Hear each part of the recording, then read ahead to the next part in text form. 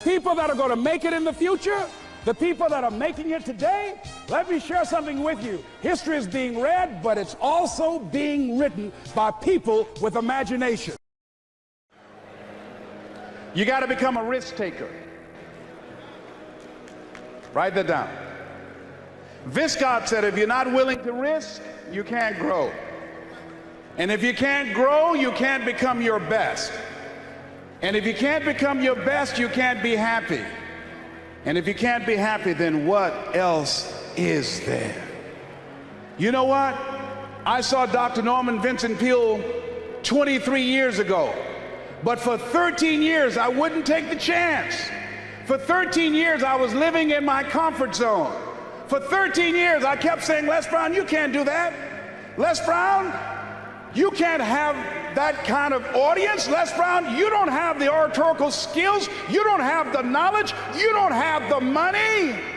I kept saying, I can't do that. There's an old African proverb that says, if there's no enemy within, the enemy outside can do us no harm. Bishop talks about the enemy in me. If there's no enemy within, how many of you know that you've been your own worst enemy? Raise your hands. So you've got to be willing to get outside your comfort zone. And no one could have told me that the willingness to get outside of my comfort zone, the willingness to fail, the willingness to try, to experiment, the willingness to take some chances, the willingness to do something I'd never done, that in the last 12 years, for 13 years, I didn't do it. I convinced myself I couldn't do it. Then the last 12 years, I've earned in excess of $14 million. Let me tell you something, $14 million, a good garden and a healthy hog, and you can make it through the winter in Birmingham, Alabama. Do you hear me? No one could have told me I have 2 books, Live Your Dreams, and it's not over until you win. No one could have told me, born in an abandoned building on a floor, labeled educable, mentally retarded, no college training. No one could have told me I would have produced 5 specials for public television. That I'd had 3 years ago the highest rated, fastest canceled talk show in the history of television. Because I wouldn't do those conflict and controversy shows. No one could have told me. I had no idea that I could do what I'm doing right now. Let me tell you what I know about you, and I don't know you. You got greatness within you. One of Dr. King's mentors, Dr. Howard Thurman, said something one night. I was reading and I couldn't sleep. He said the ideal situation for a man or woman to die is to have family members standing around their bed, praying with them as they cross over. He said, but imagine, if you will, being on your deathbed, and standing around you are the ideas, the dreams that have been given to you by life, the talents, the gifts that you've never nurtured, that you never developed, the skills that you never did anything with, standing around your bed looking at you with large, angry eyes, saying, we came to you. Only you could have given us life. And now we must die with you forever.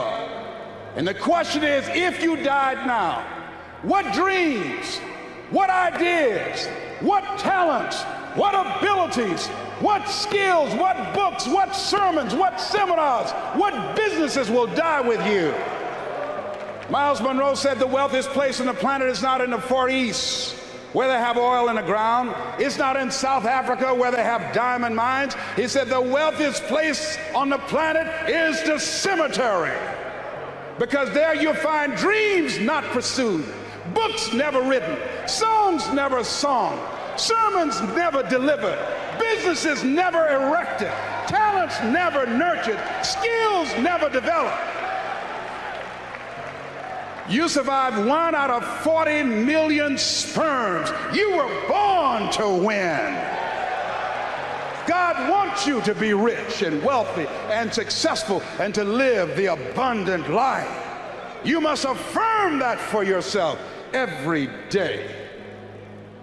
So as you look at yourself and you look at your life, and you look at your circumstances, as you work on your goals and your dreams, here's some things I want to give you. Write this down. Hold yourself to high standards. See, what if Bishop T.D. Jakes had decided when he first received the idea of the Manpower Conference that it could not be? What if he had allowed that idea to die? We would not be here. See, many of you here, you are pregnant with some ideas. I'm telling you what I know. I will leave here this afternoon, tonight, in 1 hour, doing what I'm doing now. In 1 hour, I'll earn in excess of $150,000. I had no idea that I had the capacity to do what I'm doing right now. You've got genius in you. You're made in the likeness and image of God. You've got greatness in you. You have some special stuff in you. You showed up with it.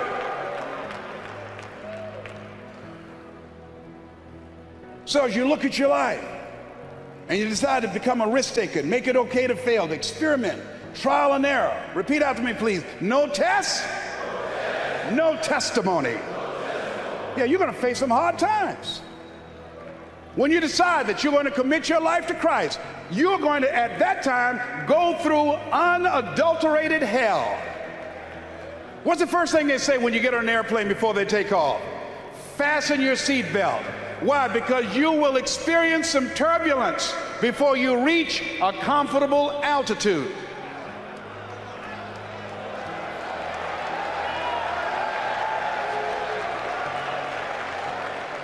Life was testing me when the man looked at me and said, "You have prostate cancer. Your tumor is too large to have the surgery. We're going to give you radiation seed implants." The most anybody's ever gotten was 90. They gave me 238. I went back 3 weeks ago. They checked my PSA level, which indicates the presence of cancer in your prostate area. 1 to 4 is normal. Beyond that is that you have cancer and it's spreading. When I first went a year ago, it was 6.1. When I went 3 weeks ago at Howard University Hospital, they gave me an MRI, it was 10.5. The guy said, "I'm sorry to tell you this." I said, "What do you mean?" "You're in the same situation that you were in when you came here." Here's something I heard. At Christ Universal Temple Church, at a restaurant, Bishop T.D. Jakes was praying for a lady in a wheelchair. And it's odd how things come to you. When he finished praying for the lady, I'm sure there were some questions were asked that weren't verbal, that if the prayer worked, why didn't she get up and walk? And what he said as he was walking away, healing takes first. He said, healing takes place first in the spirit.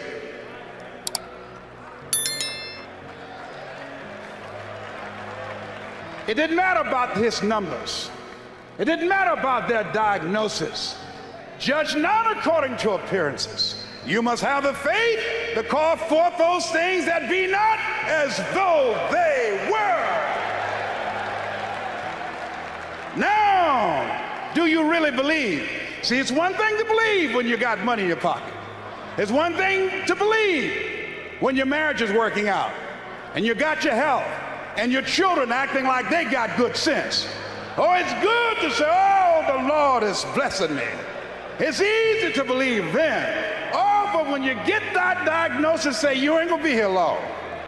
When you lose your job, when someone you thought you'd be with for the rest of your life say, "No, we can't do this no more," that's when you have to stand. That's when you have to begin to live this faith, and that's not on you. That's when you got to call on something higher than you. Let that mind be in you. You got to be out of your mind to believe in spite of these numbers you can still make it. In spite of the pain you're feeling, you can still come back again. You got to be out of your mind. That's right. I'm in that Christ mind. I believe it. And not when things are just favorable, not fair weather faith. And you've got to believe that. When you're going out here with your ideas, with your products, with your services, and part of being successful is you got to hold yourself to high standards. I use Bishop Jakes as a model. His people take care of you. He's thorough. Hold yourself to high standards, whatever you do. There's no saying, do not go where the path may lead, but go where there's no path and leave a trail. Treat people with respect. Treat them the way that you want to be treated. Tony, who's with me, who's been assigned to me, courteous, respectful, called several times. Is there anything I can do for you? Can I help you out? That's first-class service.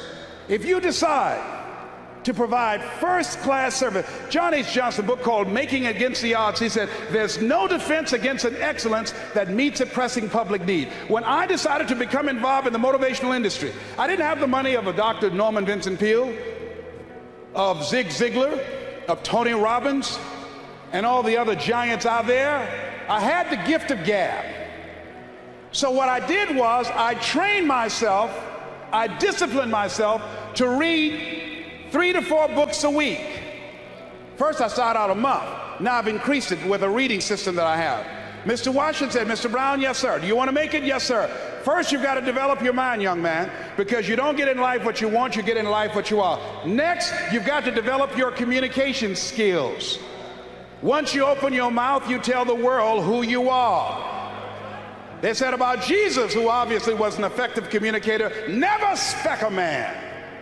The reason that you're here is because no one can milk scripture and deliver a sermon that can transform your life and have you jumping up and down like you crazy, like T.D. Jakes.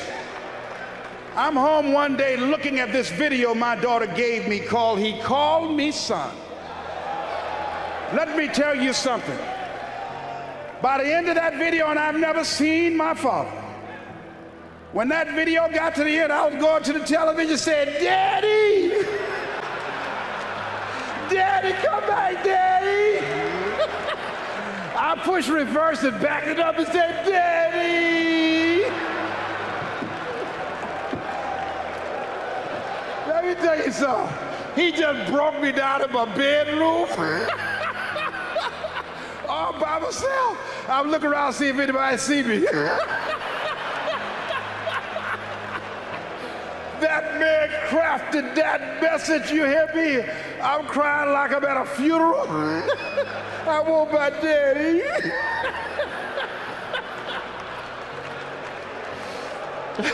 See, that's a gift. You hear me? That's a gift. Your people use his word anointed. They should not, only place I've ever seen it applicable is in his case. That's the only thing. I mean to tell you, I think I'm a good speaker, but this is a bad boy we got up in here.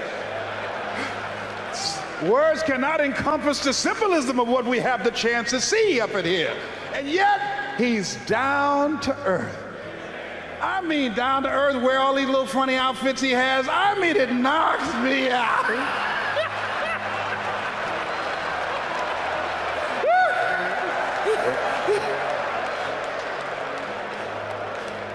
And let me tell you what my daughter said to me. My daughter, my oldest daughter, is on his advanced team.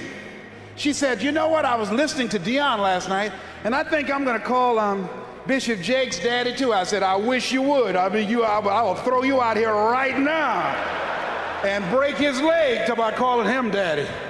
Now here's how I want you to write this down. Write down, take responsibility for your life. I want to talk to you about fighting for the life that you want. And that's something that we're looking at with admiration with the people in Ukraine. These people are fighting. And it's really like David and Goliath. He had 5 stones, but he only used 1. And I think that was the stone of determination, the stone of faith, the stone of perseverance. When you think about where things are there's several things that come up for me here. That we have a similar situation right here in the United States. You know, we're dealing with police departments who, for the most part, they are serving people. They serve and protect the dominant culture, but people of color, they terrorize and murder. It's a whole different thing. And there was something I remember by Claude McKay. Where is that paper? I saw something by Claude McKay, and it reminded me of these powerful words by Claude McKay.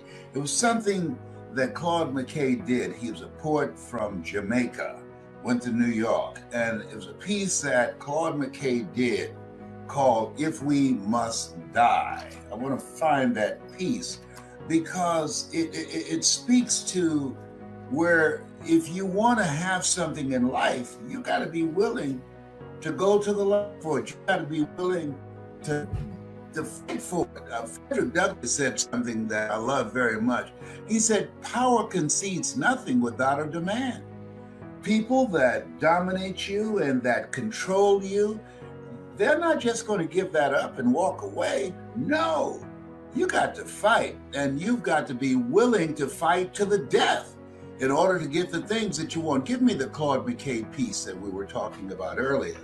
And so when you look at where you are, anything that has any value that you want to create in your life, it's something else. Frederick Douglass, he said, we might not get everything we fight for, but everything we get, there will be a fight. So when you think about your life in and out of the pandemic, and that there are forces, white supremacists, that infiltrate the majority of police stations and operations in the country, that we have to be willing to fight for what we want.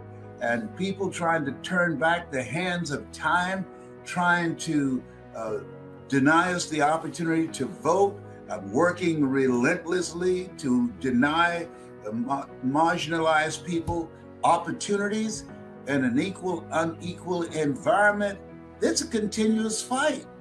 And so I want to focus on something about this. This is symbolic. One, the recklessness of Putin, that there are people in life, short-term thinking, driven by ego, that think that they can just bully and pounce on people and think that everybody will stand by and watch. Something that one rabbi said that I love very much. He said, when something happens, three things are going on. One, there's the perpetrator, and they're the victims, and they're the witnesses. And the question is, who's the worst? And the answer is the witnesses. People who stand by and do nothing. People who stand by and say nothing. And one of the great things about what's going on now in this country and around the world, that people have awakened. I remember the demonstrations, and I found it hard-worthy when George Floyd was murdered by a cop, and the cops that were with the murderer, they stood back and they watched. At any point in time, they could have intervened and said, come on, it's four of us and one of him. He's handcuffed, he's down, and we're on top of it. But they didn't do that because they don't recognize your humanity. When you're in a country that does not recognize your humanity, and that most certainly is in America, then it's a different kind of environment. When you come from home, you are terrorized. You face when you're driving, that you're in an environment where you're going to be terrorized or murdered by those who are sworn to protect and to serve. And so when you have goals and dreams that you want to achieve, there are systems that are put in place to deny you, to destroy your sense of self, and to demonize you. And the way that you overcome that, you got to fight. I'm encouraged, I'm inspired by what's taking place in the Ukraine. That those Ukrainians have said, no, this is not the life that we want. We want the life that we are now experiencing. We don't want someone to control our destiny. That's powerful. That's encouraging. God is in the midst of all this stuff as we watch, as we observe. And I'm saying to you, as you look at yourself, look at your goals, that Everything you want to do, if it's changing your life, if it's having your own business, if it's bouncing back from a setback, and many people have experienced that. Many people have lost their businesses, have gone through foreclosure, gone through evictions. Many people, their businesses have gone under, but something that Willie Jolly said, that a setback, come on, Willie, a setback is a setup for a comeback. You got comeback power. And when you know that, I remember when I was on the ropes dealing with 4th stage cancer, that those words stayed in my mind. I remember the words of Bob Proctor, who just passed a couple of weeks ago, that Bob talked about your mindset and your willingness to do what's required to move your life forward to achieve the things that you want to achieve. It's going to take everything in you. A.L. Williams said, all you can do is all you can do, and all you can do is enough. But make sure you do all you can do. And since Bob Proctor's transition, I've been reflecting on my own life, because we all have an expiration date. And I ask myself constantly, if you had your life to live over again, Les, could you have done more than what you have done thus far? And the truth is, yes. I'm ashamed. I could have done more. And I'm still here. I still got some time. I can still speak. I can still make a difference. Somebody said, why don't you do something other than just speak? Do something where you can have some fun. I said, are you kidding me? I have fun speaking. Are you kidding me? I have a ball changing lives. I want you to think about this. Live your life in the way that you want to live your life. When it's time for me to go, I will still be speaking. Come on, somebody. Well, oh, behave. Yes. And I have a lot of fun. We did some training in Orlando, and I was masked up. I got a plastic mask. I got all kind of masks up here. Let me tell you something. Nobody's hooked up more than me. And we had a ball. I got, I got masks. See here, homemade playing. Where's my plastic mask? I got it. See, I got everything up in here. When I came in there, they said, what was that guy's name? I forgot. The Silence of the Lambs. I got everything up in here. Yeah, where's my plastic mask? Hey, Maui. Oh, here it is. I got everything, honey. Look here. This is how I'm going to the airport today. I'm going back to Atlanta. So this is what I'm doing. I don't even fly anymore. But I had to come do my seminar. So this is what I got going, okay? All right, okay. So then, in addition to this, I got everything, baby! You want that movie to call The Silence of the Lambs? That's So, look here. If a dog sneezes around me, I'll get up and run. But let me tell you something. So I'm masked up. Do you hear me, homie, playing? Listen to this. This is by Claude McKay. This is a bad boy. He's a bad brother. And this is not the front of it. If we must die, where's that? No. Oh, this is the small print up to the top. All right.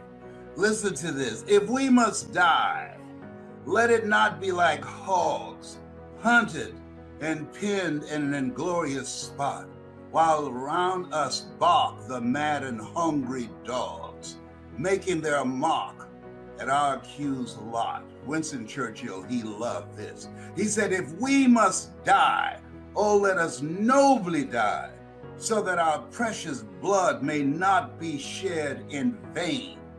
Then even the monsters we defy shall be constrained to honor us, though dead. O kinsmen, we must meet the common foe. Though far outnumbered, let us show us brave, And for their 1,000 blows deal one death blow. What though before us lies the open grave? Like men we'll fight the murderous cowardly pack, pressed to the wall, dying, but fighting back. Come on, somebody. Yeah, that's it. That's it. I mean, when you look at that, they got people, senior citizens like me, making Molotov cocktails. Am I right? Yeah, they have a factory. They have a factory doing it in their garages. Everybody. I mean, there are men who've taken their families, the women, across the border, and then they come back to fight for the life that they want. And there are people sitting around just watching. Let me share something with you. Life is a fight for territory. And once you stop fighting for what you don't want will automatically take over. Have they not been willing to fight? And trust me, the people who are watching, they admire them and say, wait a minute, these people are fighting. They're not just letting Putin with his crazy self just come in and take over the country because he wanted to. They're putting up a fight. The people are standing in front of tanks. Say, no, you're gonna run me over? Do what you need to do. But we're gonna fight you. And then those Russian troops, many of them don't even know why they're there. Some of them say they've been driving around to run out of gas because they don't want to fight these Ukrainians. They were lied to. And so when you think about this place, what we're watching at this time, as if the pandemic wasn't enough, now this madness. And you better believe, even though it's thousands of miles away, it's affecting our collective consciousness. What happens to any of us happens to all of us, even though it's thousands of miles away. Oh boy, no man is an island, no man stands alone. When you think about where we are in this point in time, I'm encouraging all of you for your prayers and support of the Ukrainian people, and for us to reflect on our own lives and our own battles that we have here. We have our own stuff here. The police departments are being run and controlled by white supremacists. We got our own stuff here. And I say to you that when they know that we mean business, that you're not going to just continue to terrorize us and murder us and get away with it like you've been doing for centuries, trust me on this. They're going to begin to respect us, saying, no, they're not being pushed around and look past, and they are willing to stand up for each other. That's that, and they fear if the Ukraine joins NATO, and that's the message I want to talk to you about right now. They fear Russia don't want Ukrainians to join NATO. Why? Because if you attack any of us, you attack all of us. And there's a message in that this is a time that you want to develop a mindset of liberation, a mindset of determination, and you want to develop your skill set, learning all that you can. And because if you're not willing to learn, no one can help you. But if you're willing to learn, no one can stop you. But the other piece that's major is developing strategic relationship alliances. That's why I'm talking to you now. They don't want them to join NATO, because if you affect and impact or attack anybody in NATO, you got to fight all of them. And he doesn't want to see that happen. He doesn't want them to do that. And when we come together around our values, come together with a determination to stand up for a better future for our children, when we develop strategic alliances, communities of collaborative, achievement-driven, supportive relationships, there's some power in that. Because you can't make it by yourself in this thing called life. There could always be some battles. There's some evil people in this world. And I don't have to tell you that, you know that. And you have to protect yourself from them. I remember when I was working at WVKO radio station in Columbus, Ohio, and Eddie Saunders, who was the assistant program, no, he was the program director for a long time. And Eddie was the vice general of the radio station. And he used to box, and Eddie was in his 70s and I was in my 20s. And I said, Eddie, I heard you used to box. He said, yes. I said, you know what? I think I'll just run over there and slap you side the head, see what you do. He said, come on. He said, you might run over here, but you will limp back. I said, okay, Eddie. Eddie Simon said, I ain't scared of you. You run over here, you gonna limp back, young man. You know, young broom sweep clean, but old broom know where to go. So this is a historic time. I'm watching this. I'm pulling for the Ukrainians. And you know, the Orange Man and all his munions and these, you know, these spineless people today, they should write a book called Profiles in Cowardice. I remember a book was written called Profiles in Courage. Well, we're living in a time we got politicians talking out both sides of their neck because they're afraid of the Orange Man. And I'm saying to you, God has not given us a spirit of fear, but a spirit of power and of love and of sound mind. You have something special. You have greatness in you. Look around at the people in your life.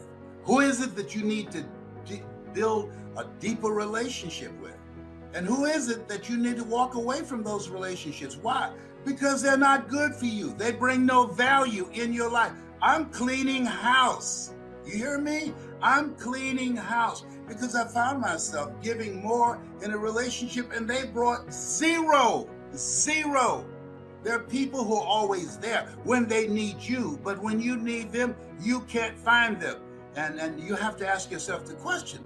In these places where we are right now, you got to ask the question, who should I count on? And who should I count out? Who should I count on and who should I count out? And as you look at yourself, look at your goals and look at your dreams, you want to watch people. Give them 90 days to prove who they are. Watch and observe them. Don't just take any and everybody in. Something Jim Rohn said, he said, you look at your life and he said, it's either a warning or an example. A warning of what not to do or an example of what to do. Even when this is over, Orange Man's boyfriend, Putin, he has now jacked himself up. He's in a corner right now. And he had short thinking and said, you know what? I had no idea what I was doing, what I did then. Now he's thinking about how can I save face? But see, there's some kind of damage that you can do that won't be forgotten. Even if they stop right now, people are not going to forget this. No, he's going to be paying for this until he takes his last breath, and the people who supported him in that. So it's very important. Do unto others as you will have others to do unto you. Go, Ukrainians! Go, go, go! That's what I'm talking about. You have something special. You have greatness in you. That's my story, and I'm sticking to it. Bye for now. I know they're gonna win. They will snatch victory from the jaws of defeat. The world is standing with you. I learned from my mother when they said to her at the M&M cafeteria, Mamie, I'm so sorry. You can't do this work anymore. Being on your feet all day long. I know you're giving it your best effort. But Mr. Morrison, who loved Mama very much, it's just too much for you now. And he gave her a check, gave her a bonus, and just said, we're gonna have to replace you. And I learned something from my mother when she came home. She was ironing, and she sang to herself. My mother used to sing in nightclubs, but this one song when she was ironing and preparing us for school the next day was one of her favorite songs. Fly the ocean in a silver plane, see the jungle when it's wet with rain. Just remember, darling, you belong to me. I used to love to hear her sing that song. She would always sing that while she was ironing. And then she got an idea. She said, wait, I'm not working at the M&M cafeteria anymore, downtown Miami. I can find out neighbors who need some ironing done, and I'll iron for them, and they'll pay me. I'll find neighbors who would like to have a sweet potato pie. I'll bake some sweet potato pies and sell slices of sweet potato pie for a dime or a quarter. I'll cook for them. And so what I learned from Mama, she didn't miss a beat. When you got a goal, when things happen, when there are interruptions, when life has been snatched out from under you, don't miss a beat. Find a way to restart your life. Find a way to do something else. See, one of the things that allowed me to become successful as a speaker, people ask me all the time, and sometimes I would vary how I respond. How did you get here? How'd you overcome the odds? What did you have to do? You know, one of the things I did, and I want you to keep this in mind, be stubborn about your goals, but flexible about your approach. I had people with PhDs and MBAs, and we would walk around this big park in Detroit, talking to each other about our goals and dreams, and something happened. I looked at them because of their credentials, because of their education, because of their college training and corporate experience. And you know something? They quit. You know why? They knew more than me. So sometimes you have to be intelligently ignorant. Based upon the approach that we were using, we failed at making a breakthrough. So they gave themselves a limited time, looking for a sign. If you want to create something, is there something that you want to do? You got to give it some time. A watch pot never boils. You got to give it some time. You've got to be willing to put in the work, and if, particularly in multi-level marketing, you don't want to raise your hand and look to see how well you're doing for a minimum of 2 years. When a home is being built or a building, they spend a lot of time on just the foundation. And so they stopped showing up for our walk. And pretty soon, I found myself walking by myself.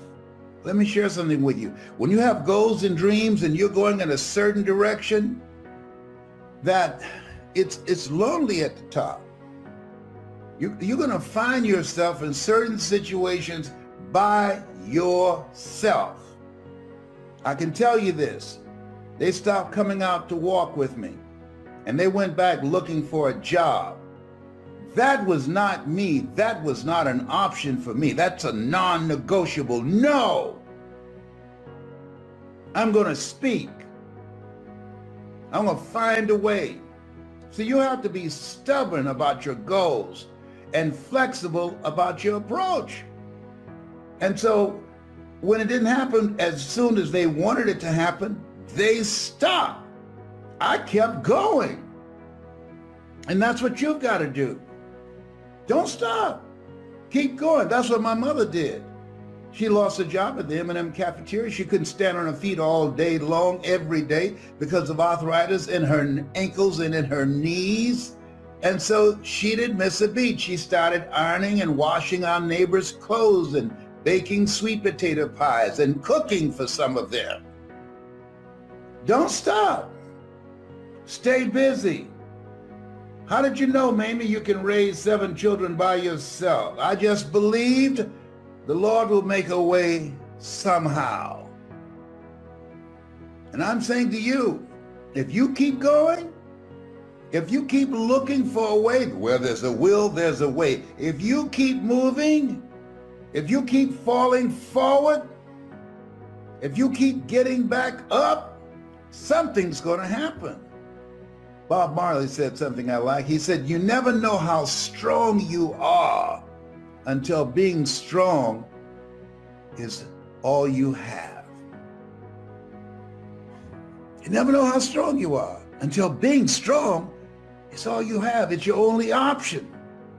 And you'll discover, if you don't panic, if you don't run, you'll discover you are stronger than you give yourself credit for being. Don't surrender. Don't give in. Just keep moving forward. Stay busy, moving in the right direction, looking, opening doors, knocking on doors, finding a way out of no way. And here's something else. Because you don't know what to do, so what? Figure it out. Everything that exists at one time, nobody knew what to do. I remember as a kid, we would say, oh, you got as much chance of doing that as a man going to the moon. To illustrate the impossibility of that. We don't say that now. Somebody figured it out. Somebody said, wait a minute, there's got to be a way. There's got to be a way. And as you look at yourself, look at your goals, you might be experiencing a big setback. Your business has perhaps been devastated by the coronavirus.